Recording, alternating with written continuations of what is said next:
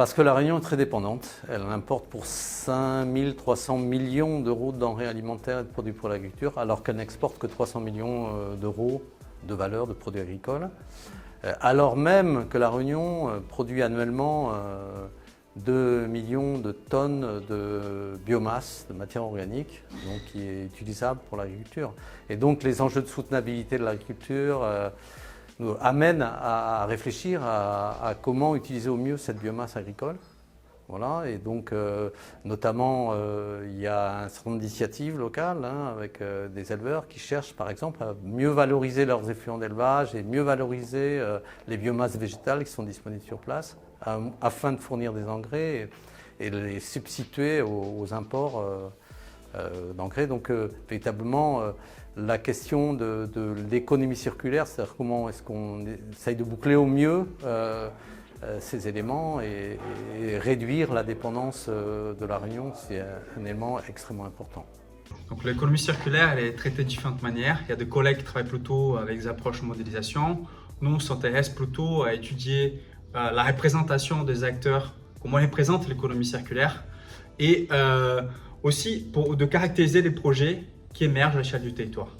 Nous, donc, dans notre projet, on a identifié plutôt une quarantaine de projets qui sont autour de l'économie circulaire, dans une logique d'intégration agriculture, culture et élevage, on va dire.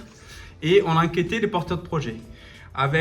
Et on a conclu de ces résultats que finalement, l'économie circulaire, c'est un bon projet, enfin, ça va être un concept présent dans le territoire, mais que chaque acteur a une vision différente. Et ces projets sont plutôt tournés sur la gestion optimale de déchets, ou encore ont pour objectif principal d'essayer d'ajouter de la valeur à l'échelle du territoire.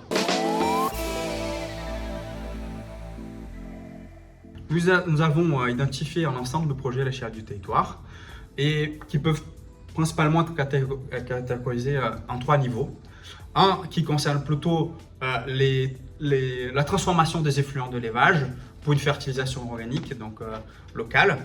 Cela étant parfois des projets à l'échelle individuelle de l'agriculteur qui va mettre en place ces projets, ou à l'échelle collective où plusieurs agriculteurs s'associent, ou avec un autre acteur externe pour mettre en place cette transformation des effluents pour une fertilisation organique. Un deuxième groupe, c'est plutôt autour de la gestion collective des fourrages à travers une banque fourragère. Un troisième groupe encore concerne plutôt dans la mobilisation de nouvelles ressources pour la litière dans la production de volailles à La Réunion.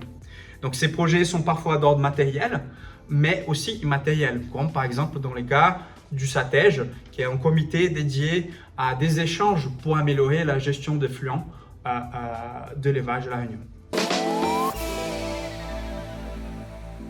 Les acteurs ont fait remonter un ensemble de freins pour la mise en place de ces projets d'économie circulaire. Certains freins plutôt d'ordre économique, soit aussi de l'ordre technique, mais surtout d'ordre plutôt de la gouvernance de ces projets-là. Donc la gouvernance est un frein majeur selon ces acteurs.